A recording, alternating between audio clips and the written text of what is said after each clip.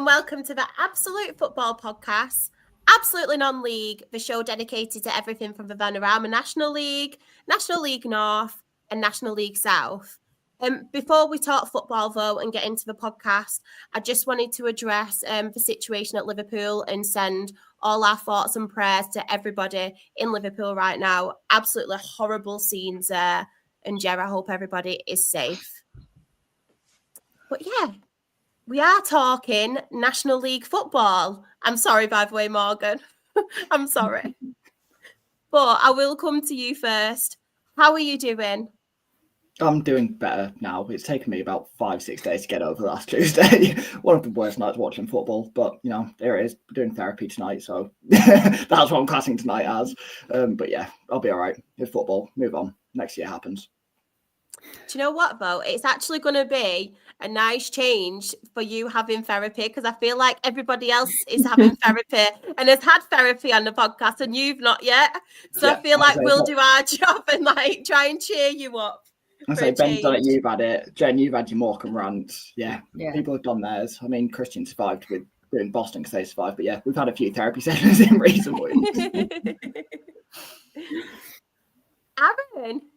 Hello. Thank you so much for coming on again. How are you? And how's your weekend been? I mean, footballing wise, I think I'm probably if we can finish it on Sunday, I think it'll be the best week I've ever had in football, probably. And yeah, I mean, I still quite believe it. It probably won't sink in until I'm under the arches on Sunday afternoon that we've finally made it after 30 years. And yeah, wow, like what a day it's going to be. I mean, what I can't even speak. What a run we've had to get to this point. I mean, obviously without putting salt into Morgan's wounds, obviously we've scored 7 goals and conceded none so far in the 2 games we've played, and obviously I think it's a football sort of it's funny how football works, isn't it? Because probably the 2 fan bases in this division that have gone through the most trauma probably in the last 5 or 6 years in Southend and Oldham, one of them is going to get the day in the sun on Sunday, and I almost feel that's how it should be. It feels, even though there is obviously a little bit of rivalry there, and we don't want them to win, of course, it feels amongst the 2 fan bases, it feels like there's a lot of love. Obviously that love will go out the window at 3 o'clock on Sunday, but at the minute it feels like we both recognise that we're probably 2 of the most well-supported fan bases in this division, 2 of the teams that have gone through the most shit, for the lack of better words, and actually finally one of us is going to get our day. So I hope for my sake it's going to be the boys in blue that get the day, but yeah, I'm just looking forward to the whole experience, really. Oh, love that. Lee, how are you? I mean, you've been to Wembley today as well, and yesterday, was it? Yeah, I was at Wembley yesterday. Season ticket. I know. At Wembley yesterday, Wembley today. I got back about half an hour ago. So it's been a busy weekend. And then next Sunday, I'm at Wembley again. Hey. So I think that's 4 times end of this season that I've been in already. What end are you going to be in? I'm neutral. All right, okay. Yeah, keeping it in the middle. So yeah, I'm going to keep it partial and be 100% neutral. Nice. Southend. I'm joking. Jen, how are you? I'm doing good. Just enjoying the football. I've got nothing to worry about. It's great. But I must say, I know it's non-league, but it was great to see Wasps lose today. It was fantastic. Oh, I know. Tell everyone as well who, obviously, we do have our own non-league fan base who do come in here and support the show. You tell everybody, because you've said it so many times in Absolutely Lower League, why Walsall have gone to absolute, well, why they've crumbled. I was going to swear them, but I'm not. I'm sophisticated. I'm a lady. Well, pretend. So when they came to us, Matt Sadler thought he was better than David Adam. They were very cocky when they came to us and thought they'd won the league. He refused to shake Derek Adams' hand. Derek Adams kicked off. Barry Roach kicked off. The whole team got into a fight pretty much with them. And since then, they've lost every single game pretty much. So that's what happens when you deal with an angry Scottishman. The Derek effect. It's a Derek I'm effect. gonna say to Jim McNulty next season, whatever you do, make sure you shake Derek's hand. Give him a hug. Yeah. I'll make sure Liam tells him as well, like, you need to, like, or else you will go down the table. Love that. And of course, as everybody knows, we are doing a collaboration on this show with NL Fulltime. And what a great representative we have. Joe, how are you and how's your day been? Yeah, good. Thanks for having me on. Stepping in for Rob, obviously, this week. And yeah, I probably would have met Lee in passing on the weekend because I was also at Wembley. But got home a little bit earlier. But yeah, just looking forward to obviously next Sunday for the final of the National League playoffs. I'll be there at Wembley as well, so hopefully I can meet Lee for that one. Absolutely. And yeah, it's going to be a great game. Obviously, probably not going to be as many fans there as we'd hoped there to be, which obviously we might go on to talk about. But yeah, I'm really looking forward to it. Oh, I feel like we're missing out, Morgan and Jen. Should we go to Wembley as well? Yeah, Should we? we Plenty of just have tickets, a Chloe. meet up? Yeah. Yeah. What's You'll going get on? tickets. I know. For as many years as I've known you now, Shall, I'll be disappointed if you're not in the home end if you come. I'm going to Southend. Southend fans have adopted me. Don't do me dirty like that. If there's any Southend fans watching now, like, answer, because honestly, they have adopted me and they've said they want to make me a shrimper. I've been taken by all these fans. But we do have a lot of people in the chat. So we did have Merritt. We have got Chris as well. Yeah. Thoughts go out to everybody in Liverpool. We have got Graham as well. And congratulations, Graham. He's a Charlton fan. And Charlton did get promoted. We will talk about it on Thursday, but well done. We've got our very own Claire as well. Hey, my darlings. Hope you're okay. We've got Sean. Oh, don't get too excited because you're going to get beat. I think that's to you, Aaron. Claire's a Stockport fan. Claire. Wow, that hurts. Oh, we was in the West Side. The lucky West Side is 3-0. Yeah, Oldham have that. Oh. Damn. We can't lose you guys. Anyway, we need the money. We need the money when you come to the Crown Oil. That's all I'm thinking about right now. I'm being selfish. Oh, Green Acres, Forest Green fans. Sad we didn't make it, but what a farce about the number of tickets each club will get. Couldn't they have moved the game to Arsenal Spurs ground? You are a lady. Oh, thank you, Claire. I do appreciate that. Yeah, you see? I've been adopted. Yeah. I've been adopted. I feel like on this podcast it's 1 versus 6, but I'm all right with that. I can hold my own. We'll see. There might be some Oldham fans. I know we do get a few Oldham fans in the chat as well. So, fair play. Oh no, Sam! He's cracked his tooth. Oh, God. He still managed to finish his garlic bread, though. That's the most important. What a thing, guy! Yeah, What you a got guy. don't waste it. Yeah. But of course, we do have to talk football. So the first one, obviously, we will talk about the York Oldham game. Morgan, do you want to get it over and done with? Yeah, let's get it over and done with. Probably the worst day I've ever had watching football, to be quite honest. I wasn't at the Forest Green game when we got relegated to National League North in 2017. So that is the worst feeling I've ever had.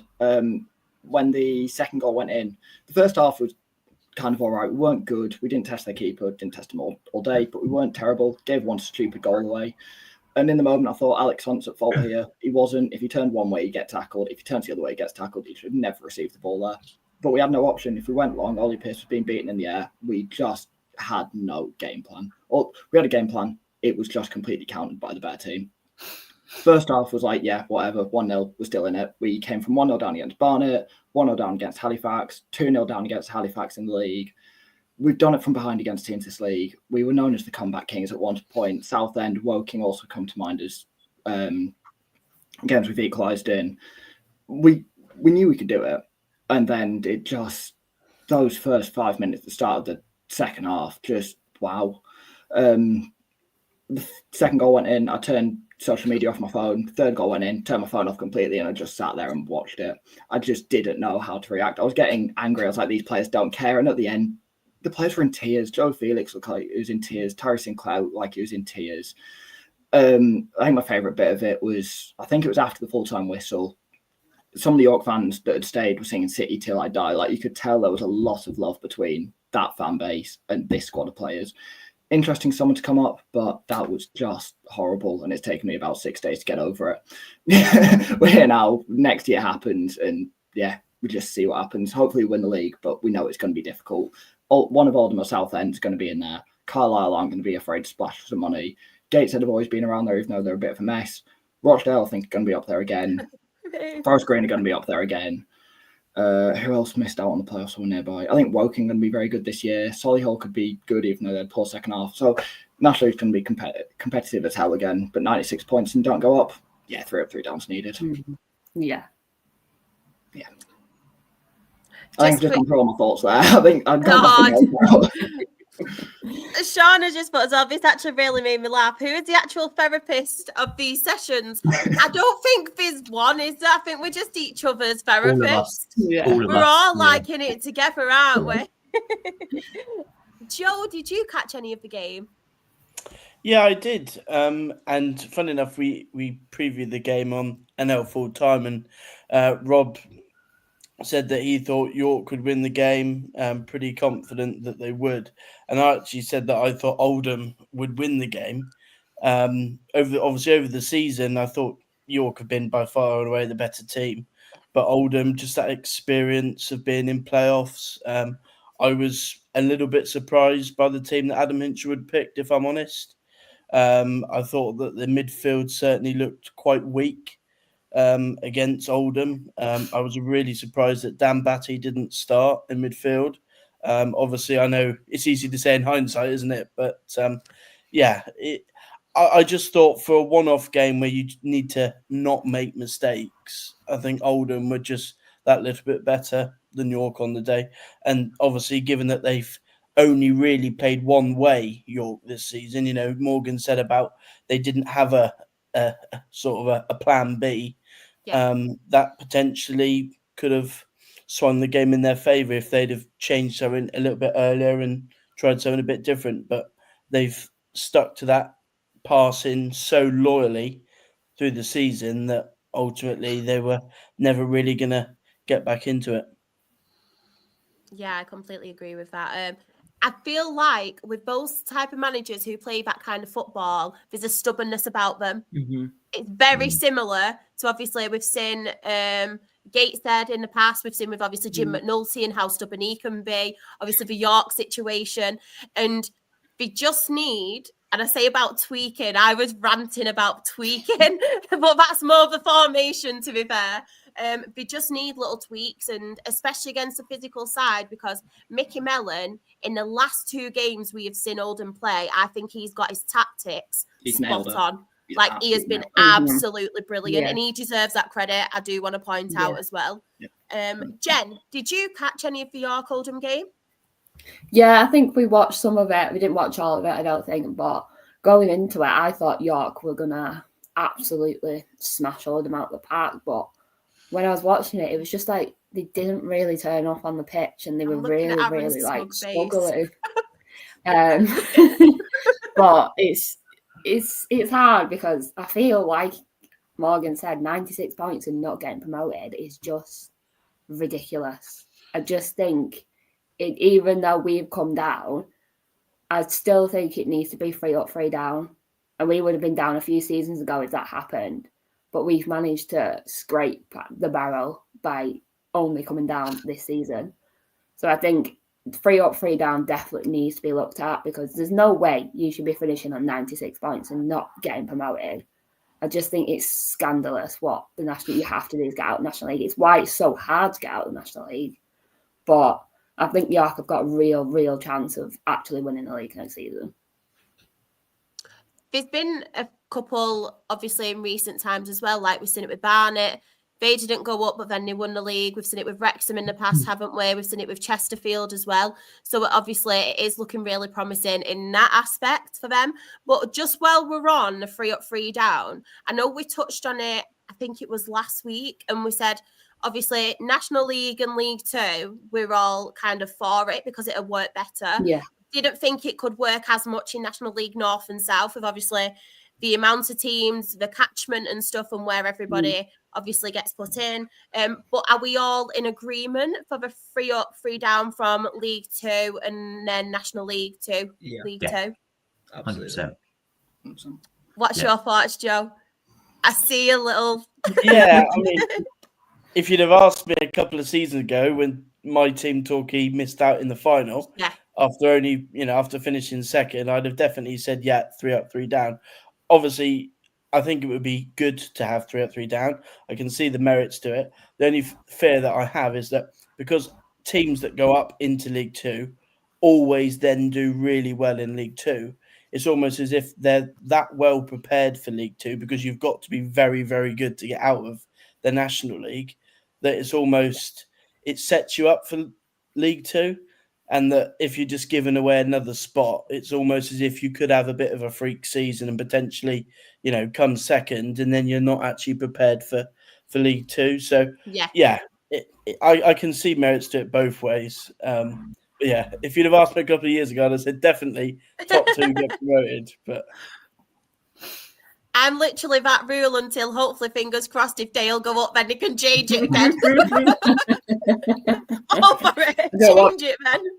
3 down. 3 down. You could do. I know. That's just because I'm an anxious Annie, though. Lee, did you catch any of that game? I caught probably about the first half hour, and then I had to turn it off because I cannot stand DAZN. Oh, you watched rant about it the other week, didn't you? Oh yeah, you did miss out rant about it. It's so poor. It's like watching when they put football on Prime. It's like watching that. The camera work is shocking. Yeah. And they just don't give any love into it. You've got 2 clubs that are fighting for a playoff final, and there's no passion. There's no, even from the commentators and from the presenters at the start. It's just, where's your passion? Where's big up these 2 teams that are going to be fighting it out to be going up to League Two next season. It's just nothing there. So I caught the first half hour with Hinchwood. I said that Ollie Pearce would be playing, even though last week they didn't know if he was. He does it. That's his mind games, that we say his best player isn't playing, and then when it comes to kickoff, you find out he is. But yeah, I just, like we said, I just feel for York getting 96 points and not being promoted is shocking. It's so I'm completely, like I said last week, even if they did the 3 up, 3 down for the National League to League Two, where's the trouble in that, the problem in that? Because they do it for all the other divisions, so why can't they do it for that one division? We just have to wait and see in the future, and see what they come up with. But I think also with the Vanarama, well, it's not going to be called that next season, but no. I think there's too many old didgeries that are on committees and ruling heads. You need to start to look at maybe bringing in a couple of ex-professional players that have played in that league and get their point on it, and go to players that have played in that league or the league above, not to people that have sat behind desks and got a job just by saying that they've got qualifications in this and this. But that's just my opinion. No, I do get that. I do completely get that. This made me laugh from Graham. He's put, we need a show for Fridays. Absolute rant is born. Do you know what? I reckon we should do a reel of all the rants on every show we have had this season. Like, not just a non-league one, and do like a compilation of them, And honestly, have it go out on a Friday. Have it go out on a Friday. Yep. It'd be the longest podcast ever. They're like 10 hours long. To do your Rochdale one over and over and over again. It'd just be me ranting about our fans. How many times was Jim McNulty mentioned? And tweeting. Oh, funny. But yes, Aaron, I will let you have your say. You've waited patiently. So, I think to start, like, journalistically, from a neutral point of view, to begin with, I must admit there was a part of me that thought we could have the edge. As soon as I seen the team sheets announced, and Morgan, you can prove if this is right or not, I thought you're having 3 strikers on the pitch. I thought it seemed like a bit of an imbalance to me. You had Ollie Pearce, you had Richardson, and you had Akinyemi, I think, all on the pitch. And I thought, wow, we're going to have space here. We're going to have space in behind them here. And the one thing in the last 3 weeks that, like you just said before, Mickey Mellon's got a spot on is we've got the midfield three of Pett. It was Pett, Corey Evans, and Johangen Nathan. And Johangen Nathan, by the way, I don't know.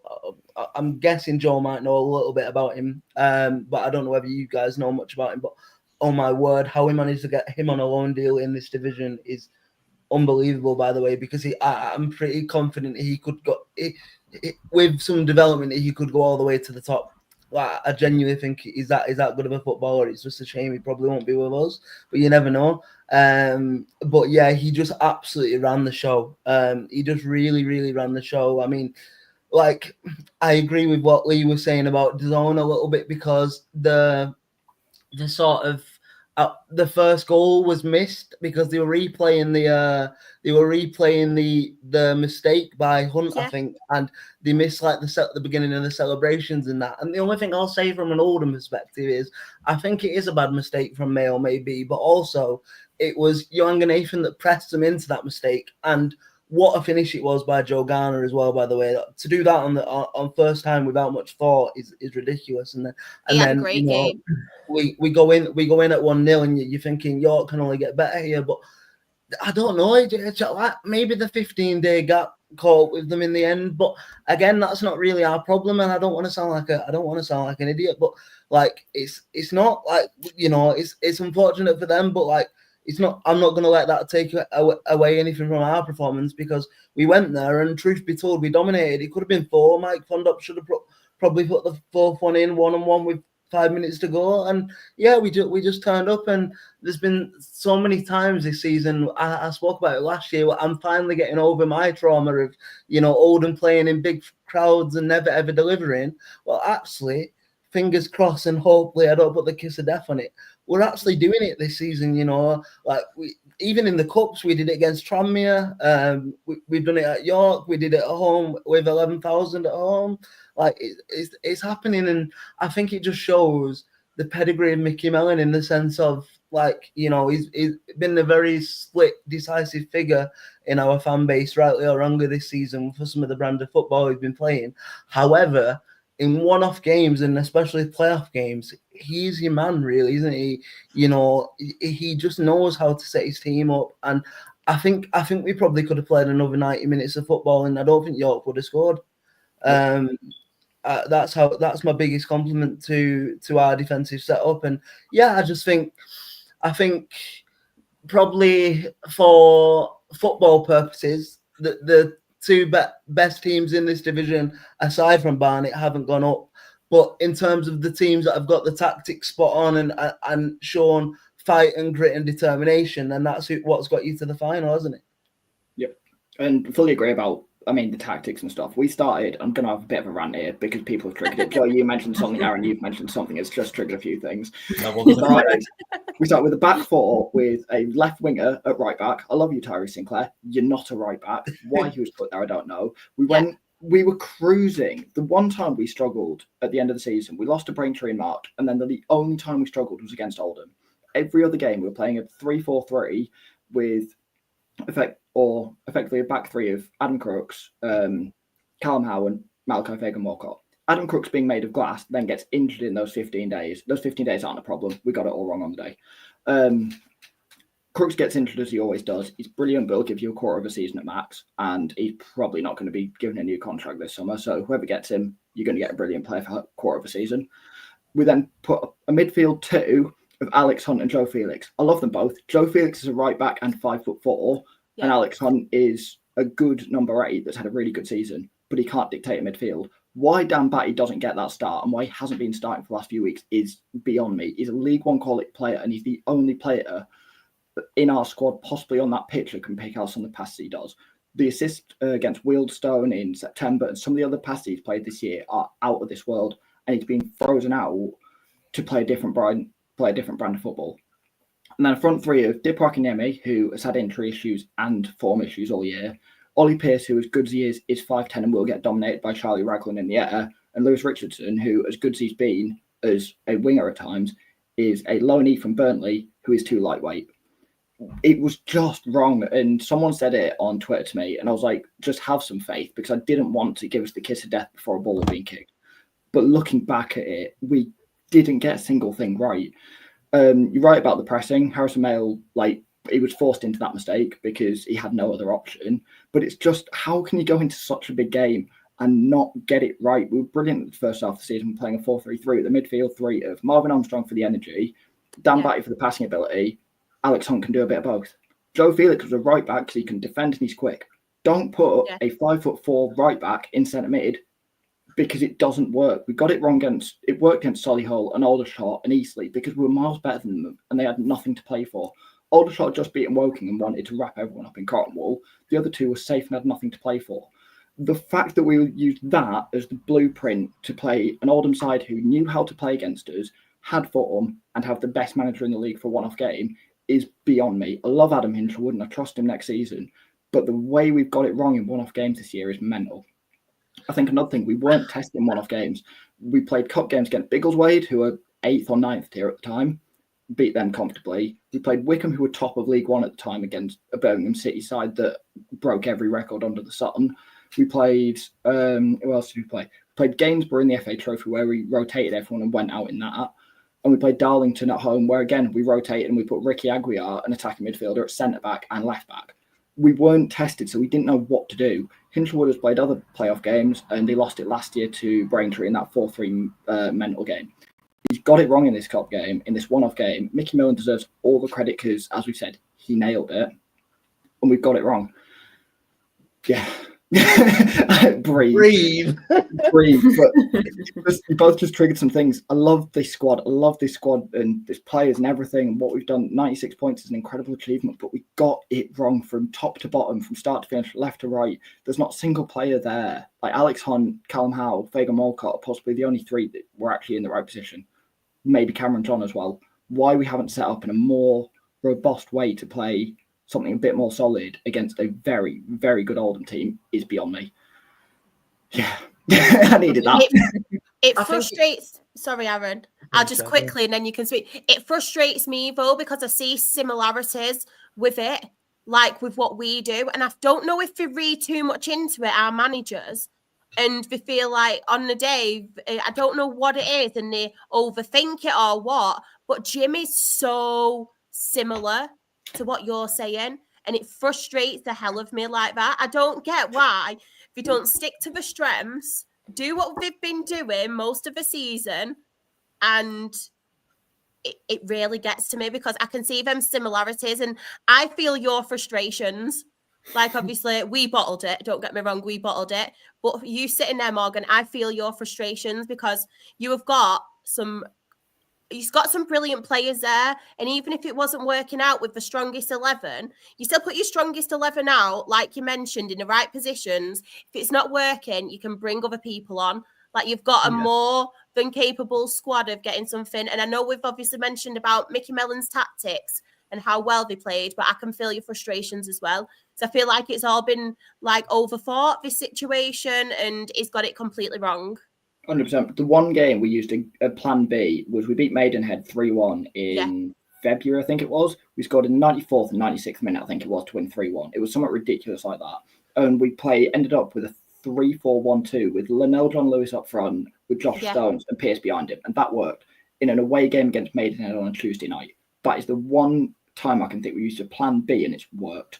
Otherwise, we've stuck to a structure and it's either worked and we've beaten everyone, or we've not, and we've dropped points, lost a playoff game, lost to Braintree, lost to Sutton, lost to Boston, lost games that we shouldn't lose or have been easily beaten by a manager who knows what they're doing when it matters. I think for us, it's worth pointing out as well, like we have done really well in terms of getting key players back just at the right time, literally just before the playoffs have started. You know, Regan Ogle was out for a long time with a hip issue. Manny Month I think Manny Month's one of the best centre halves in this division, by the way, and to have him in your ranks is always going to be a plus. And also, I think in hindsight now, it all makes sense, because if you looked at our team sheets in maybe the last 3 games of the regular season, we were playing people that would never normally get game time, and it probably affected our results. We played our B team against Forest Green, and that was a dead rubber game from both sides. I know they won 1-0, but it was like watching a pre-season friendly. We beat Ebbsfleet 2-0 at home, but I think I could beat Ebbsfleet on my own, to be honest. Don't mention them. We never won against them.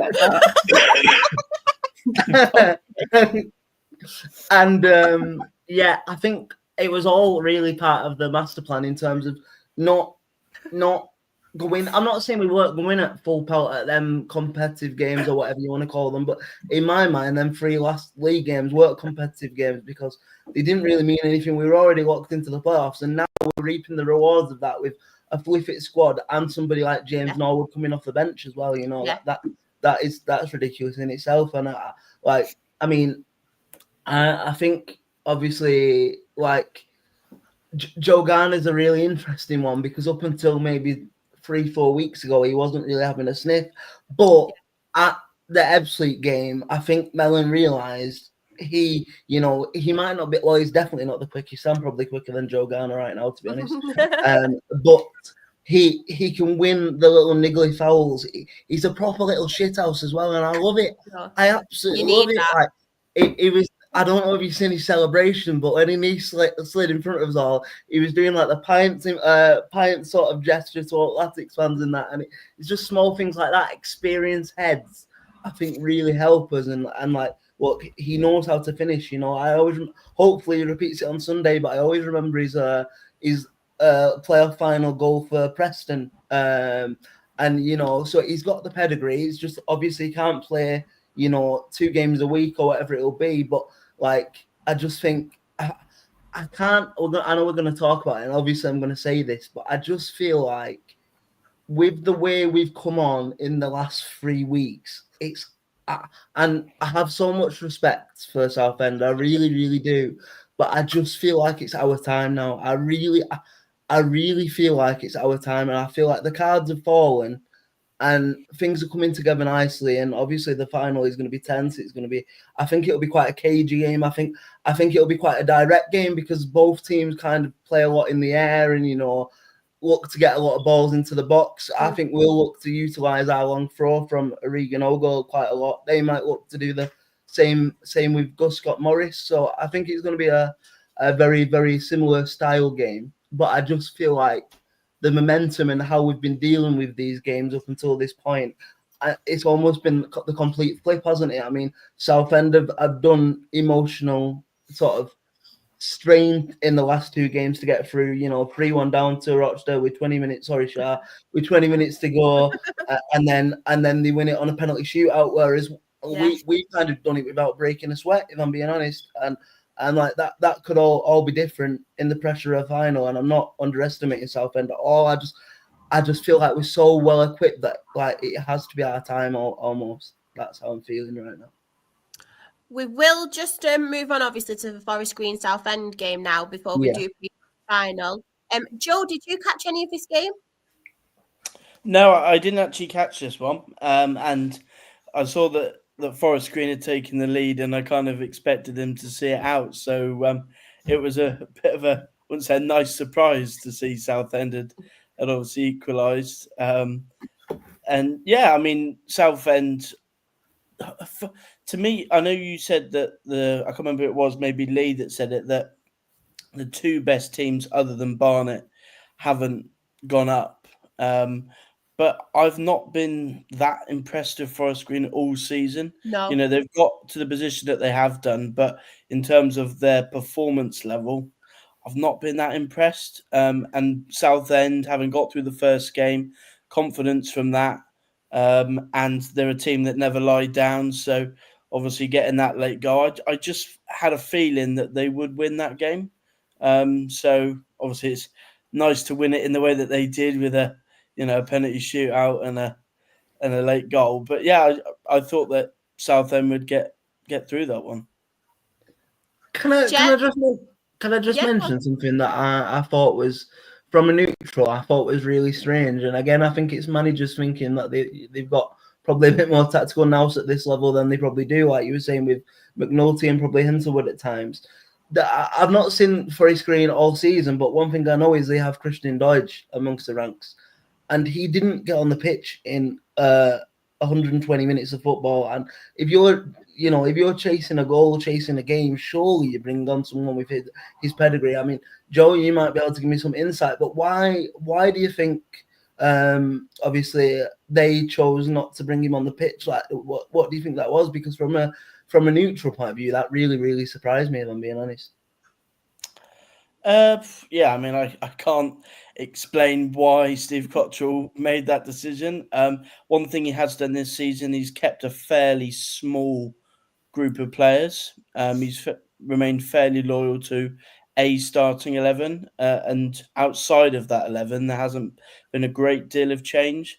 Yeah, I'm like you. I was a little bit surprised potentially that they didn't bring him on. I mean, Christian Deutsch has won playoffs in the National League before with Forest Green, so surely if you need a goal, there's somebody who has won, the National League playoffs before would be your go-to. But yeah, ultimately that's why they pulled up short, that they perhaps didn't do that. That's interesting. I know Greenacres is obviously a Forest Green fan, so I'd love to obviously know your thoughts as well, especially because after the game, it wasn't a lot of them, to be fair, but I did see a few people calling for Cottrell's head. So I just want to know your thoughts as well, obviously, on the situation. But Morgan, did you see any of this game? I've seen the highlights of it, and when watching it back, I think the equaliser for Southend looked quite easy for what it was and for how late it was. It seemed a little easy, like when everything's on the line, you're 2-1 up with, I think it was 5 minutes to go. You would defend, you'd expect a bit better. But then I think my biggest shock was Liam Sercombe missing that penalty. Watching the highlights, I was like, of all people, I'd expect Sercombe to score it. There were some other very, very good penalties, a couple of saves. But when I saw him stepping up, I knew Southend had won. Oh, fair enough, with Deutsch coming on. But I saw the Sercombe step on, was like, he has to score this. For him to blaze it over, he didn't even hit the bar or anything like that. That was the biggest shock to me. Someone of that much, he's been there, done it. He's very, very experienced. I'm surprised he missed it, but yeah, congrats Southend and good luck in the final. One thing I would add, Shard, just quickly on that, obviously, the goal that Southend scored to take it to extra time with the penalties was that I don't think if Oldham were in that situation, I don't think Oldham would find themselves exploited as Forest Green were. No. They made it very open, very end-to-end, and Oldham would have, just sat back as they did against York and bided their time. Yeah, I completely agree. I don't know if any of you saw it as well. I'm not too sure whether it was Forest Green's first goal or the second one, but it was bad marking on that one as well. It was a header, and it was really bad marking, obviously, from Southend as well. So it's obviously shown that both sides can obviously make the defensive errors as well, which obviously could go in Oldham's favour, as we've mentioned. I can't remember whether it was the first or the second, if anyone in the chat can remember, but it was bad defending, obviously, from a Southend point of view. Jen, did you catch any of the game? I watched bits and bobs of it. Like, I wasn't fully paying attention to it. You know, when you just on your phone and you're scrolling through TikTok and you're watching all your TikToks and you're not really paying attention to the football. Yeah. And then suddenly it's like, oh, it's 2-2. Right, you like, win. Yeah, like, okay, right, here we go. But no, I thought it was a good game. I definitely thought it was a good game. I feel we all know Morecambe's situation. We all know we are needing to be sold before the season starts. So for me to see Southend do it and make it to Wembley with everything that they've had going on behind the scenes, I think is so special. Like, it just reminds you of why you stick with your club, even through the hardest parts. And obviously they've crashed and burned, but now they're slowly going back up. And I think as a Morecambe fan, you've got to back Southend, because if they can do it, and they can build themselves back up, why the hell can't we do it? So it gives you a lot of hope. But then I just love Southend fans. They're always so nice. They're so lovely to everyone within the league. They're not horrible. So I think if they don't go up, that's an away day I'd really, really love to do. But if they go up, fully deserve to be back in the Football League 100%. I'm pretty sure as well they were voted the best home and away fans in the National League, Southend. And honestly, like, I absolutely love them. Absolutely love them. Lee, did you manage to catch any of this game? I didn't see the game. Obviously, I saw the score and saw the result. But just thing I wanna say is, obviously, like, you know, fans always calling for managers' heads and everything because they haven't made the playoff final or they haven't made the playoffs. But when you think about it, they could get a new manager in, and then they could end up being worse than who they've got now. Mm-hmm. Some fans need to remember is they've got good managers at the club, but it could be they just need those one or two players next season that completely change that team. And full Forest Green, though, you know, they could be going straight up. You don't know till you see who the manager brings in. Give it till next season, give it till halfway through the season, see where you are, then be like, okay, we need to do something and we need to change it. Don't go and call for the manager's head because he's lost the playoff semi-final. So it should be lucky you've even got there.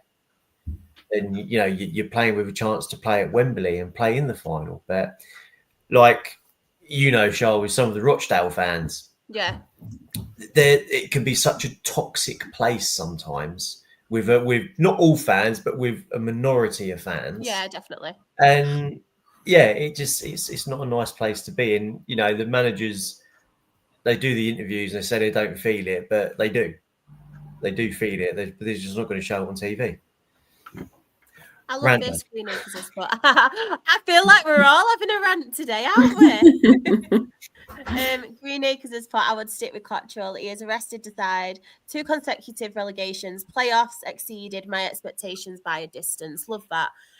From a Southend point of view as well, this was one thing I was going to point out. Obviously, we've gone to extra time, both games. So the toll it must take, obviously, on the players. Yeah. I know they do get a bit of a rest because there's quite a good amount of space, isn't there? Obviously, between the quarterfinals, then the semi-finals, and then obviously the final. So that is in obviously their favour. They get a little bit of a rest. But I am quite worried in that aspect where both games have obviously gone the distance, like the extra time, and then obviously the last game was penalties on top of that. But one thing I did want to talk about from this game is obviously the pitch invasions. And I know some of the best memories from all of our clubs, pretty much, we've all had a pitch invasion. But did anybody see that slide? And then obviously Gus Scott Morris got the knee slide. And it really hurt his head, didn't it? So, I mean, what do we all think about that one, Aaron? There was a part of me straight away that was thinking, oh my God, that could be a concussion here. Is he going to be out of the fight? Like, what's going on? You know what I mean? It's just. Yeah, I mean, did you pay that guy to do it? I mean, in them sort of moments, I think fans just forget you just the emotion probably just takes over you, Yeah. and you just go absolute whack dog, don't you? It's crazy. I mean, he put I don't know if you've seen on Twitter, Gus Scott Morris put right. He put right, which one of you effers need me in the head then?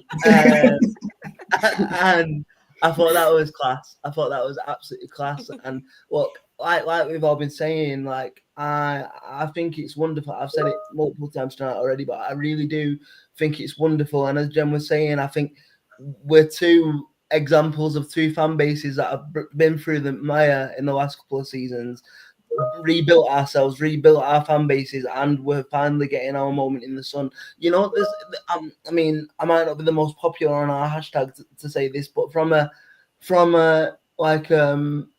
personal perspective, there's a big part of me that thinks just because it's been 30 years since we've been to Wembley full stop, there's a big part of me that's like, a dream of mine is going to be achieved anyway on Sunday, regardless of the result. You know what I mean? There's always the next season, and I do think whichever side doesn't go up next year will be stronger for it. I know that sounds weird, but I do think whichever side doesn't go up will be well within the title picture next year.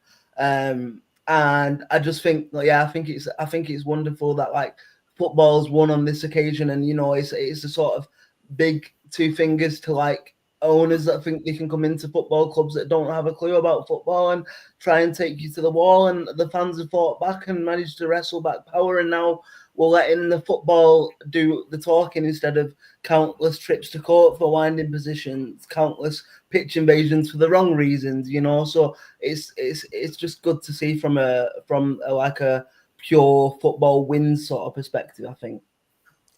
Just before we do preview, obviously, the final, one thing I did want to touch on was this.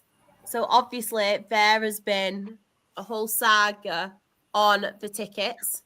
So first of all, obviously, Wembley, and they are not giving a very big they're not giving a good amount, are they, to obviously these sets of fans? We were talking off there, weren't we, Aaron, me and you?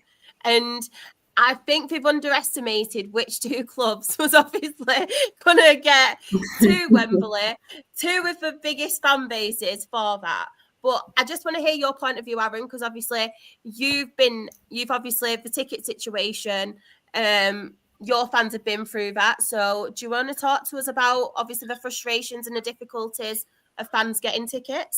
I mean, there's a couple of ways to look at this in terms of the maintenance work from Transport for London, as I'm aware, has already been rescheduled once, so I can kind of understand it. If it's vital maintenance, I can kind of understand what's got to be done has to be done. However, I feel like there's been, I don't know,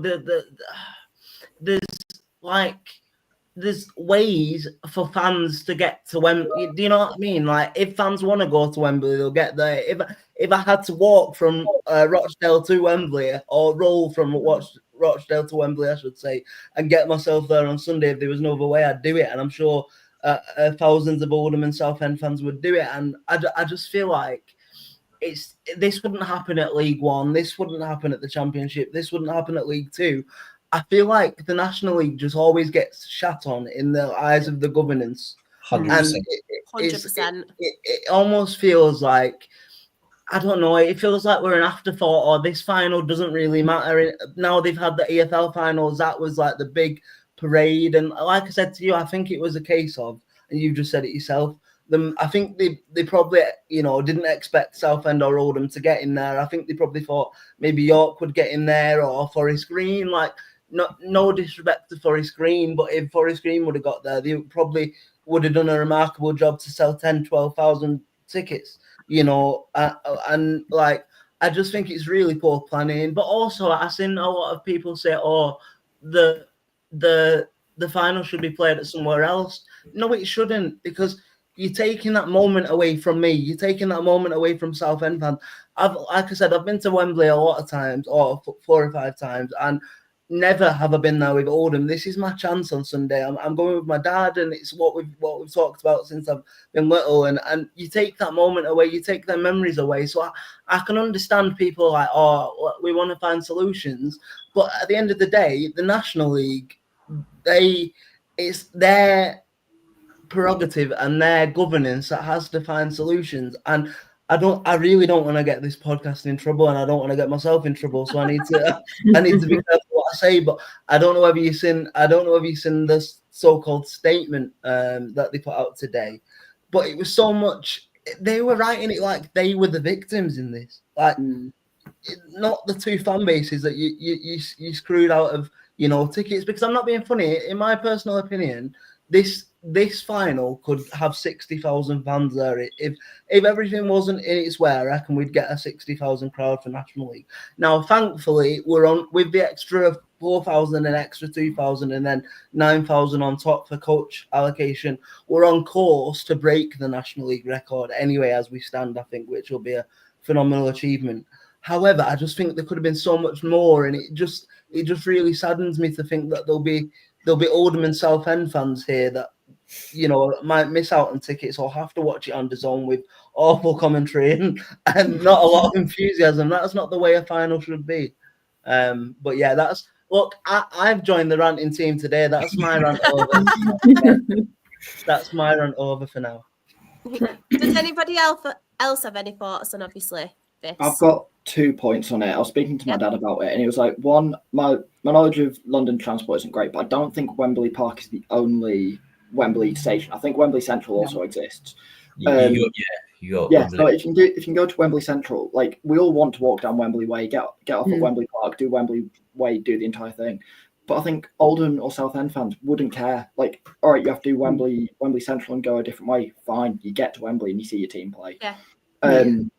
Like you can find another way, whether you drive, whether you get a coach, whether you go to Wembley Central, you'd find another way there. And I think it's not fair that they've gone, Wembley Park shut, we'll do it. It's like, it's ridiculous. And the other thing, taking away the football side of it, if this was a concert, like a gig, music, like taking away the football side of it, would they have closed it for them? Probably not. They probably thought, right, we've got, as I said, we've done the weekend with League One and League Two, get them out of the way. We've done the Championship. Like, we've done all the big ones. We've done the non-league finals day. Oh, we can now do it. Like, we can now do it on Sunday the 1st because there's no football going on. There's no concert. We can do it on that day. The fact that they've then seen, all right, you're going to close that. Why they've seen Wembley Park's closed, Wembley Central exists, and there's other ways to get in there. Why they've then seen we've got to cap allocations, it's just not fair. Yeah. Like, there's been a lot of teams that have been screwed over in League Two down into the National League through bad ownership, through bad management, through whatever reason it is. This is another way through 3 up, 3 down. Like, this is another way where teams in National League, the National League and non-league have just been screwed over because someone's gone, they don't matter. And I think also the other thing is, I mean, we're not at too much risk because there's so much respect for the fan base. But I've seen little tweets here and there today that, Southend fans have had to get tickets in Oldham End, and maybe some Oldham fans have had to get tickets in Southend, and like that's not it. I mean, imagine, just for argument's sake, imagine if that was Oldham in Rochdale and that was sort of stuff was happening. We'd have World War III on our hands. You know what I mean? It's mad, and from a like a safety point of view, I mean, I just don't understand it. I don't think I will get my head around it anytime soon. But like, I would be extremely. I mean, it'd have to be some sort of quick turnaround. But considering Oldham are 100 tickets away from selling out their allocation, Southend have already sold out their allocation, and there's 5 more days. What day are we on? 4 more days till the final. Surely something can be done to release an extra ticket somewhere. I know we're talking, or maybe have even opened the upper sections today. So maybe they can all get sold. But I just feel like this is maybe potentially, hopefully not, but a once in a lifetime opportunity for Southend fans, a once in a lifetime opportunity for Oldham fans. And it's kind of not, the gloss won't get taken away from it because we're going to be at Wembley. We're in the promotion final. That is exciting in itself, but there could be so much more atmosphere and so much more sort of party carnival atmosphere. That's not probably going to happen now because of the powers that be letting football fans down again. Right. The game itself. Joe, I'm going to come to you first. Oldham, Southend. What are your thoughts on this game? Yeah, I mean, my heart says Southend. I've got some good friends at Southend, and I'd like to see, you know, if I was to pick a team who I want to win, I would go for Southend. But I said before the playoffs that I thought Oldham would win it, and I don't see any reason to change that. You know, they got a manager that's been there and won a National League playoffs before. They've got 4 or 5 players within this team that have actually done it with Mickey Mellon at Tranmere before. So I think actually, I know Aaron said that he thought both teams would be fairly similar in this final. I actually think Southend will be sort of the York in effect to Oldham, in that they'll perhaps have more of the ball. And I think Oldham will be happy to just sit behind the ball and wait for their chances, as they did against York. So if I had to pick a team, my head says Oldham. They've got that experience of winning promotion and winning promotion from this league. So my head would be for Oldham. Jen, come to you next. Oh God, it's going to be a tough one, I think. I feel like it's going to be one of them games where it's either going to be, no offence, Graham, it's going to be like a Charlton where it's just a 1-0 and that's it, and nothing else really happens in the game. Or it's going to be a back-to-back constant goals, extra time, penalties even. But I think for me, I'm going to go with Southend. I just think it's such a special little club and it's such a story for them to finally make it back into the Football League. I think could be one for the history books if they do it. So I'm going to go with Southend. Lee, what are you going for on this one? Yeah, I've got to agree with Jen. It's Southend. I think I don't see it being a goal fest. I see it being nicked by the odd goal, whether it's going to be 1-0, whether it's going to be 2-1. I just think for both teams, the occasion might get to them a little bit because of what they're playing for, and like Joe said, you know, players have done it with the manager for Tranmere, but National League's a completely different kettle of fish. Like we were saying, that is a hard league to get out of. And yet, obviously, you know, the teams have been in the league, you know, been in the EFL before, that sort of thing. But when you're in the National League, it takes something else to get out of there. And I think Southend are going to nick it next Sunday. And I think they'll be the ones going up. I'm screen recording all of these predictions, by the way. So it's 2-1 currently to Southend. Morgan, what are you going for? From what I've seen of Oldham, I don't see how they don't win it. Like, they might be putting a little bit too much pressure on Oldham, but you've cruised through 2 games and not got out of first game, maybe not even out of second game. Like, 7 goals, none conceded. I could see them winning by 2 goals here. Like, Southend have done, and I know they've got the physical rest. They've got a decent time off between the semi-final and the final. They can recoup there. The mental strain that it takes to go to extra time against Rochdale, extra time and penalties against Forest Green, I think it's going to be one step too far for Southend. I think they look at it as what season we've had, from where we've come to get to the playoff final. I just don't see Oldham struggling. Like Joe Garner, Norwood, Fondot, Younger Nathan, Month, Raglan, Ogle. There's so much quality there, and then you just take the best manager in the league for a one-off game.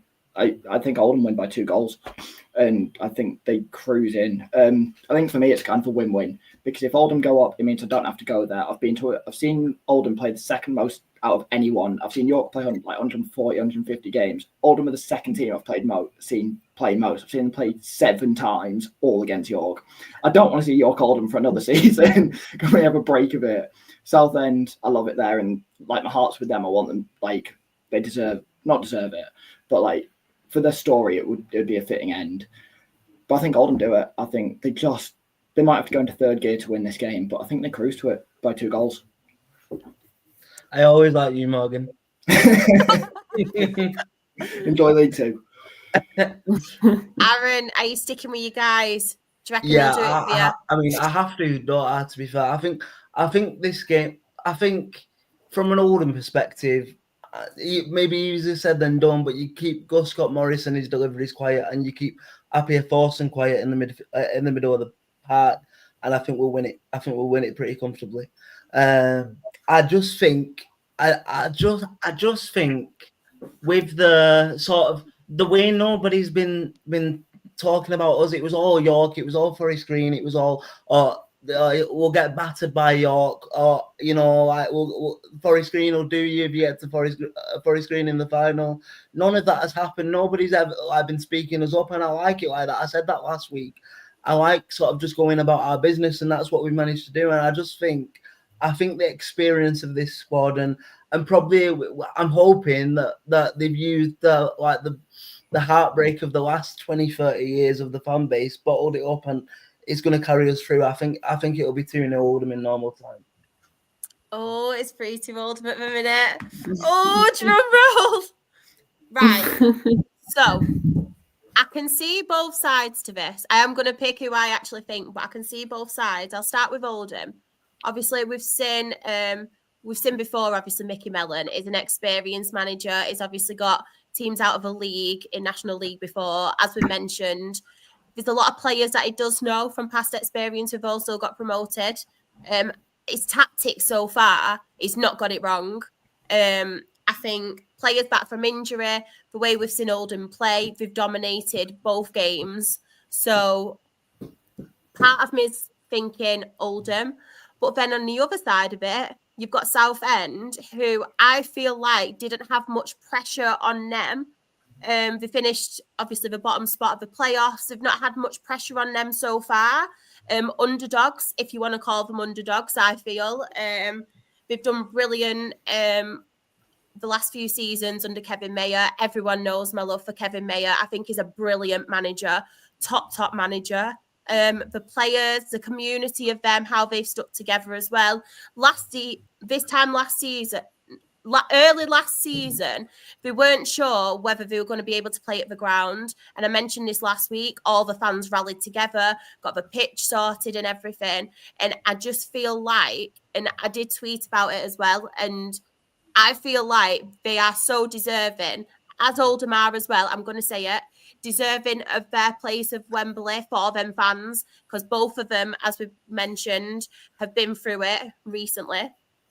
I just feel, despite Southend going to extra time, both of their matches, there's just fight about them. Like, they proved it against us, that fight and that spirit.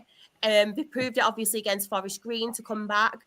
And I just feel like they will go the whole way and beat Oldham. And that's no disrespect to Oldham. And like you have all said, you don't think it'll be a high-scoring game. I still think it will. Really do. I think it'll go into extra time. I think it'll be 2-2. It'll go into extra time. And I just feel like Southend and the way they are playing at the moment and these moments of magic that they are having, I feel like they're going to do it. I genuinely do. And that's obviously no disrespect to you, Aaron, because I'd love Oldham to do it for you and the Oldham fans, obviously, because I have a lot of Oldham fans on Twitter and they're great people and stuff. But I just feel like it's going to be Southend. And the selfish part of me as well is thinking the money side of it, from a Dale point of view, I would rather, obviously, as much as Southend do have a really good following, the Oldham side of it and that financial part of it is obviously massive to Dale at the same time as well. And I would miss them derbies, even though we do lose. So Yeah, my heart is saying Southend. I've stuck with them. I even said when we played them, I wasn't confident about winning. I thought Southend were going to end up beating us, and I've stuck with them everyone. So I'm not gonna say no to them at the final hurdle. My heart is with Southend. Sorry, Aaron. It's all right. This comment did make me laugh though. Mary put Oldham will go 3-0 up and then Southend will come back again. Scoring in 95th minute to make it 3-4. The fairy tale is complete and Charlotte will have the best day of her life. I don't. If that happens, I don't think you'll ever see me again on a social platform ever. I'll quit my career as a journalist. It'll be over. It'll be done for me. Green Acres has put, having seen both teams play in the last few weeks, I think Oldham will be far too much physically for Southend to cope with. Sean has put, one of Kieran's best quotes, I reckon the game will be decided by a goal. Yeah. Who knows? Who knows? I don't want Oldham to win because of Shah and my alliances to Dale, but I don't want Southend to... But yeah, it's quite an even. It's 3 against 3 on this one. I love how we're all split, aren't we? We shall see. We shall see. Of course, that is the end of the podcast. That is the end of the podcast, and it's been an absolute pleasure talking football with you all and everyone in the chat. Morgan, you're back on Twitter now. Where can everybody find you? Yeah, now I'm back on Twitter after a week. Yeah, I needed a week away because Oldham fans were ruthless, to be honest. You lot were just that build up was just terrifying going into that game, and I just couldn't deal with the aftermath. So yeah, I had to take some time away. But if you want to see me on Twitter, it's @_Morgan_Bruce, as you can see in my name tag. Aaron, good luck. Thank you very much. Good luck for the final. Thank you so much for obviously coming on again. Where can everybody find you on the socials and any podcast you want to plug as well? My X account is Aaron Diskin1, and like I said previous, I do the National League Natter podcast for the Deck. So that'll be coming back in the summer. We're doing on June, I think it's June 3rd. Yeah, June 3rd, we're doing a post-season, end of season live stream where we're going to get a load of different fans on and speak about the season. I've asked for June 3rd instead of June 2nd because I'm going to have to nurse a hangover regardless of the result. So yeah, June 3rd, that's going to happen. And yeah, so that's where you can find me. And massive thanks for having me on. And I really enjoy listening to this podcast when I'm not on it. So I'm sure I'll be back around eventually if you have me again at some point next season. You're always welcome. Maybe for one of the AFL shows would be my preference, hopefully. But we'll see. But yeah, thank you. Love that. Lee, where can everybody find you? And make sure you plug his channel as well from YouTube. Yeah, so everyone can find me on Twitter. Just put in Football League Adventures and you'll find me. But also you'll find me on YouTube. And coming to YouTube quickly. Obviously, next Sunday I'm at the game. So if there's any Oldham or Southend fans in here who are going, find me. I'll be Wembley Way somewhere. Find me, and I'll get you in the video that day, and just get your thoughts and opinion on the score and what it means to you as a fan and to the club themselves. Love that. Jen, where can everybody find you apart from double podding with me every week? Yeah, honestly, I'm surprised people still stick around and see my face, to be honest. And mine. I'm surprised you've not had enough of me. But you can find me on Twitter, Instagram, TikTok. It's JenHunt_ on pretty much all of them. I'm active most of the time. So, yeah, just looking forward to the final on Sunday. I think it should be a good one. Love that. And Joe, thank you so much for coming on. Where can everybody find you, your content, and obviously NL Full-Time? Yeah, it's obviously NL Full-Time that I do with Rob and Christian at NL Full-Time on X, and my own blog on Off the Line blog on X. And yeah, be nice to obviously see a couple of you on Sunday, and season's nearly at the end. I don't know whether you just seen the shock in my face when I realised that was your blog. I've been following and interacting with that for years. That's mental. Yeah, you do a great job. You do a great job. Oh, I love that. And if anybody does want to follow me, I am SharXRAFC. That is on Twitter, TikTok, and Instagram. My Her Game 2 stuff is Rochdale HGT. Please keep up with that as well, because there's lots of exciting things coming up in the next season. And of course, we are the Absolute Football Podcast. We are now up to 4 live shows. We did win Best New Content Creator at the Football Content Awards. On Twitter, we are Absolute Ball Pod. On YouTube and Twitch, we are Absolute Football Podcast. On TikTok, we are Absolute Football Pod. On Instagram, we are Absolute Football Podcast _ On Blue Skies, we are Absolute Football. And on Facebook, we are the Absolute Football Podcast. Our live shows are all at 8:30 on YouTube, Twitch, and Twitter. On a Monday, obviously, you can catch Absolutely Non-League. On a Tuesday, you can catch Absolutely Premier League.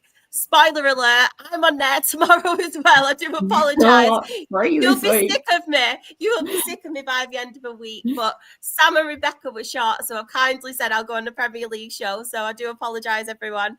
On a Wednesday, it's Freya and Team Chaos. They are Absolutely Women's Football. And then back on Thursday is me and obviously the Rowdy Rabble on Absolutely Lower League. And that is where we cover the EFL Championship, League One and League Two. So yeah, I do apologise. You will be sick of my face. Shah will be hanging out on Southend Pier during the off-season. I will, with all my Southend crew. Oh, it's so lovely though, bless them how they've just kind of adopted me. So sweet. I don't usually get that, so I'm quite happy. But thank you to each and every person in the chat as well. You make it a really great show. And I just wanted to say as well, Sam did mention, obviously, I know it's the first few weeks of this show, but the amount of people and interactions and the amount of kind comments we have had about this show. So obviously everyone on here now talking to me, thank you so much. You're a great team and I love talking football with you. And obviously everyone in the chat, thank you so much as well, because it's always something that we did want to do. And we finally took the plunge and done a non-league show. So thank you for making it so amazing. But yeah, have a lovely week and ta-ta for now. Bye, everyone.